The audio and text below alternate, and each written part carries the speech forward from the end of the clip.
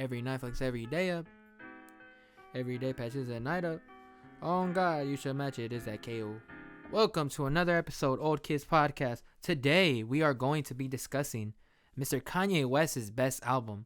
Now I'm gonna have these listed in order from the weakest album of his discography to what I think is top one. And yeah, there's a lot of talks about this. Like, there's so many different ones that I see people list and stuff. I see a bunch of different like rankings when I see something like related to Kanye West's discography and his best album and stuff. So I'm gonna just give you guys my take on it, and this is my opinion. So don't come at me if like your favorite album is that the worst one right here. You know, it is what it is. So we're gonna start at number 13. We're gonna start the last one, which is Donda 2. So I feel like a big thing with Donda 2 is if you haven't heard it, I got to hear it through the stem player and this and that, whatever. Or, you know, you probably got to hear it over the listening party on YouTube and, you know, whatever. However you got to hear it. To me, it just sounded quiet, just unfinished, you know. It's just like, I'm not sure if it is unfinished. Let me know in the comments, but it just sounded unfinished. Not to say it was a weak album. Like, it's not a good album. It's a good album, just not up there. It has some weak points, like for example, there's some tracks on there. Which track I'm trying to think of? There's some tracks on there where I just like the Migos track to me is not that good. You know what I'm saying? The next one is actually Donda. The next one we have on here is Donda, number 12. The 12th spot goes to Donda. Although Donda was a great album, I actually really enjoyed that. Has amazing tracks on there. Life of the Party. My bad. Life of the Party. We got Off the Grid, crazy track. We got the Praise God, amazing. What is it? No Child Left Behind. He has that other track with Vori. What's it called? Don't remember. Jonah. There we go. Junior. He has some good tracks on there, you know. But it just, to me, I think that album was for the duration it was just too long, kind of, in a sense. It's just like, it was like, I don't think I would play all the way through. I think I just go straight to the ones I like the tracks I like, and just play those. You know what I mean? Yeah, Donda's going to be number 12. Number 11 is going to have to be Jesus is King. Now, I love this album. I love almost all the tracks on here. Salah, Follow God, On God, Use This Gospel is one of the most beautiful songs ever, with clips and the Kenny G on the sax or whatever. It's beautiful. But I think Jesus is King was so much more like it wasn't an album I think you can play top to bottom. If I'm gonna be completely honest, Close on Sunday, wasn't a big fan of that track. You know, some tracks on here were just kind of like, they were beautiful, but it just wasn't like to me, the best tracks on here, Follow God, Salah, On God, Use This Gospel, they just sound so beautiful. Like, you kind of forget that it's gospel because of how like beautiful and soothing and the synth and everything sounds. You know what I'm saying? So yeah, if the whole album was like that, I think it would have been at higher ranking in my opinion. But yeah, we'll move on to the next one, number 10, which is Ye. Ye is actually a very underrated project in my opinion, bro. He has some really good tracks on there. Ghost Town, Violent Crimes, Yikes, Wouldn't Leave. They're just it's a dope project. It just was very short in my opinion, and although it's very pleasing and all that, it's just very short and didn't give too much. You know what I'm saying? It was not really concept driven. It was just kind of beautiful tracks in kind of a form of a small little project, which, you know, I won't expect like a crazy concept or none of that, but yeah, I don't think it ranks as high as the other ones I have on here. But yeah, it's probably going to be at number 10. Yay. At number 9, I was just having this discussion with Sammy back there, that he was like, why'd you put this over Ye? And I was like, dude, it's just this album, which is Watch the Throne. I just think Watch the Throne, like, it's not talked about that much. I mean, dude, No Church in the Wild, Lift Off, I Can't Say That in Paris, Otis, Gotta Have It, New Day, dude, like, The Joy, Illest Motherfucker Alive, Like there's some great tracks on here, and I feel like they just kind of get overlooked. And the fact that it was Kanye and Jay-Z kind of collabed on the album, he had two Frank Ocean features on there, dope. That Otis sample, to me, the way he flipped that Otis sample was crazy, and it's still one of my favorite Kanye songs to this day. Or yeah, Kanye and Jay-Z, since they're both on it. But yeah, man, I thought the album was super dope, bro. I definitely had to put that one over Yay, Jesus is King, and Donda and all that. Number 8 is another one of my favorites, Kids See Ghosts. Actually, I think this might be Sammy's favorite. Kids See Ghosts to me just kind of plays as a like an album you can play like it's just therapy, man. That album is straight up therapy. Reborn. We got Cuddy Montage, amazing track. Fourth Dimension, Feel the Love with Pusha T. Favorite track on there probably has to be Cuddy Montage. Everybody want world peace till your knees get shot in a dome piece, and then you go and find your own peace, hoping it'll help you find your own peace. It was also kind of short, and that's kind of a reason I put it like kind of lower in the rankings, because it's not the length of maybe like, you know what I mean. I probably wouldn't put it over the other albums just because of the length of it. Although I'm glad Kissy Ghost was shorter, but I would what do you say? How do you say? I would like I would maybe if it was longer. However, I know Kanye would have made it work, but however he would have made it work if it was longer, I think it could have been like a top 1, probably top 3 at least. But just for the simple fact of its length, it's still high quality. Definitely to me like a 10 out of 10 type of project in my opinion. So yeah, but I had to put at number 8. Number 7 on here, Graduation.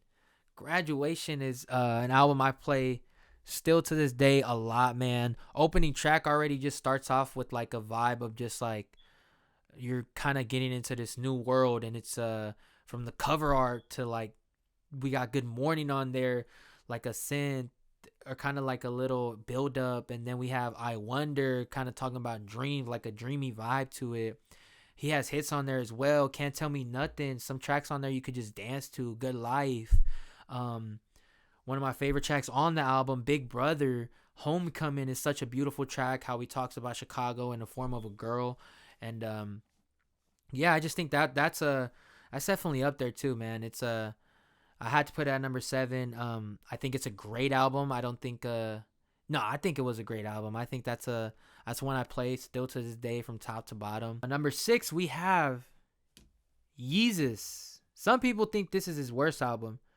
I put it at number 6. I put it kind of in the middle, kind of higher, just cause, bro, I don't. He's just like, although different doesn't always mean good. In this case, I feel like this was like a really good different. This is hard hitting instrumentals. You could see a lot of Mike Dean on there. I think he produced almost like, or he helped them with like almost all of it. You could just see a lot of synth on there, a lot of hard hitting, like grimy type of kind of beats with on site, literally starting off like about fighting you on site.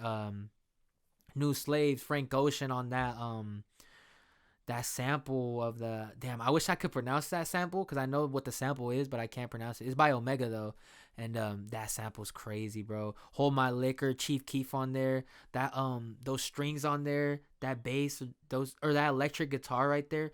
Hold My Liquor, I think it's my favorite track on that album, maybe one of them, because I also really like Blood on the Leaves and Bound 2, and really like, yeah, I just thought that album was like very musically appealing. You know what I'm saying? It was like instrumentally wise, it just seemed like, yo, it's there. It was there. I think it was a 10 out of 10 album in the fact of the instrumentals. To me, it's kind of like the instrumentals were just so nice. I didn't worry too much about the lyrics because the lyrics were kind of just there. But the instrumentals on here is just, this had to be a top album. And not surprised because, you know, Kanye makes great beats, great production. But on this one, it seems like he went away from samples, or not went away from samples because he uses a lot of samples in there, but kind of flipped them differently in a way where it's kind of more electric and stuff like that, which I thought was dope. So yeah, I had to put that one up there. Number 5, I have to put Late Registration because To me, I think Late Registration had a lot of just crazy amount of dope tracks, man. Touch the Sky, he had Lupe on there, Gold Digger, Jamie Foxx, Drive Slow, amazing production on there. Roses, one of my favorite tracks on the album. We Major, he had Nas on there. Addiction is such a good track. Another one of my favorite Kanye tracks, actually of all time, is Hey Mama. So him having that on there. Late. I also think it was a great album for how long it was, bro. It was 21 songs and it was 1 hour and 10 minutes, and it just I could play this from top to bottom and feel some type of way about every single track. You know what I'm saying? And it just seemed like this one was so. It kind of seemed like this one was more vulnerable in a sense. You know what I'm saying? In my opinion, I just think it was more because I mean he has a track dedicated to his mom. He has a track literally titled Addiction. Roses, where the lady, he's talking about the nurse asking him for an autograph, and you telling me if my grandma's in the NBA right now she'll be okay. You know what I'm saying? He has like some hard hitting lyrics and stuff on here. That's why I think Late Registration has to be a number 5. um yeah, damn, we're already at number 5. Number 4 has to be the one that all the Kanye fans hated, or like, hated when it first came out, is 808s and Heartbreak. 808s and Heartbreak is at number 4, my guy. Um yeah, this one is such a beautiful album, man. Just for him to like what came before this? For him to drop Graduation and then completely switch his sound to 808s and Heartbreak and still make it sound this good. Also, this album was just so ahead of its time, man. It dropped 2008 and it inspired like the whole new wave of new artists today. So that's crazy, man. He has some great tracks on here too. Welcome to Heartbreak already. Say You Will, Heartless. Bro, freaking RoboCop, Streetlights, See You in My Night, Coldest Winter, and then Pinocchio Story. It just like, bro, every time I listen to this album, I just feel like I literally feel heartbroken. I could be the most in love person, but when I'm listening to this, I feel heartbroken. Like it just lives up to exactly what it is. You know what I'm saying? 808s and Heartbreak. It literally fits up to what it is, but it just sounds so good. It just sounds I don't know what it is about it. It's just very I just you could just gravitate to it so easily. Ending the track on Pinocchio Story is such a dope way to end the track too, especially putting it as like the live version. So it's kind of, you could feel more his pain. That's like a, yeah, definitely up there, man. Number 4 for sure. Just the fact that everyone hated it too at the beginning, and then people just kind of caught on to it, or like the new wave of the new generation of people just kind of was like, yo, this is like fire, this is the future right here. So that was crazy too. And it's great album as well. Number 3, we're at the top 3, bro. And I mean, you're gonna know now because I listed on them. You know what's in the top 3. But at number 3, we're gonna have The College Dropout. College Dropout to me was just after watching Genius, the documentary, it also went higher in the rankings to me, just to see how hard he worked on it. How good the album was and no one noticed is crazy to me. But as far as like how the project sounded, I thought it was great, bro. Graduation Day, I feel like that little interlude or whatever to go into All Falls Down, I feel like that interlude is so crazy to me, bro. Like, he should have extended that. I wish he had extended the Graduation Day interlude into like a song or something. But loved it, man. All Falls Down, great track, great, nice, kind of more, how do you call it? Like radio hit type of track. Spaceship, amazing. Jesus Walks. I like the fact that he, like, the first album he ever dropped, he talks about Jesus, and even talks about it. You mean if I talk about Jesus, you ain't gonna play me in the club or something like that. You know what I'm saying? So that was dope to see. Never Let Me Down. Jay-Z with that poet at the end. J.I.V., right? Yeah, J.I.V. at the end, bro. Crazy. We even got like a funny track on there, the new workout plan. Slow Jams is such a dope, beautiful, nice little it's like a club song, but a slow club song. So that's an amazing track. 2 Words, Most Def, man, on there. Yes. Through the Wire, I think Kanye's best song to this day. I think so. Just how the track kind of all came together, how he flipped the Through the Fire sample to Through the Wire, and just how he rapped over it with his fucking mouth wire shut. That's fucking crazy. I wouldn't probably would not. But yeah, Family Business. And it also has my personal favorite all time Kanye song, Last Call. Uh, Mayonnaise Color Bins. I Push Miracle Whips. You know what I'm saying? That's a beautiful track right there. Samples amazing. Also, J. Cole. Um, I remember my first time hearing that instrumental. I actually didn't hear it from Kanye. I heard it from J. Cole's The Warm Up. And then I found out about it. I found out that it was originally Kanye's instrumental. So then I went on there. Looked it. So yeah, that's an amazing track. Nice little outro too, kind of like the credit scene. So yeah, College Dropout is definitely up there, top three for sure. I just think it was just a dope ass project for being your first project too ever. He proved himself, and it's like to have a debut album that good is just crazy to me. So I gotta be up there. Then we're on to the last two. Number two is My Beautiful Dark Twisted Fantasy. I know. Y'all thought it was gonna be number one. Y'all thought it was gonna be number one. It is number two. It is number two.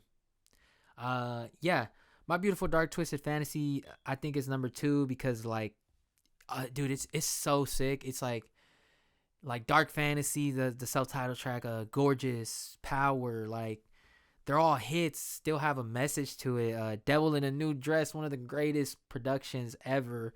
Runaway. How the hell did he make a 9-minute song and still like keep people so drawn into it? Amazing, bro. Pusha T on there too. So Appalled, man. It's just hits after hits on that album. You can definitely play it from top to bottom. It could definitely be at your number one too, but to me it's at number two. I just want to put it over number one, which is The Life of Pablo.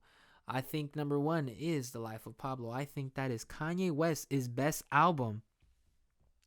Just I feel like The Life of Pablo has everything in there. It just has kind of like, it gives me a feeling of all the albums mixed together. Ultralight Beam, kind of more like a gospel track. Made Chance the Rapper stand out so much in that track. That girl singing, who's that featured on there? Let me know who's the lady singing. I don't even know, bro. Father Stretch My Hands, part one. So much buzz, bro. So much like that drop in there. Dude, Famous, Rihanna on there. The sample on there, which was that the sample, that Bam Bam sample, bro? Oh my god. We got Highlights with Thug, Freestyle 4, crazy production on Freestyle 4. Wasn't the best track, but dope production. He even made Waves, bro? Chris Brown. Fuck, he had Chris Brown and Frank Ocean on the same album.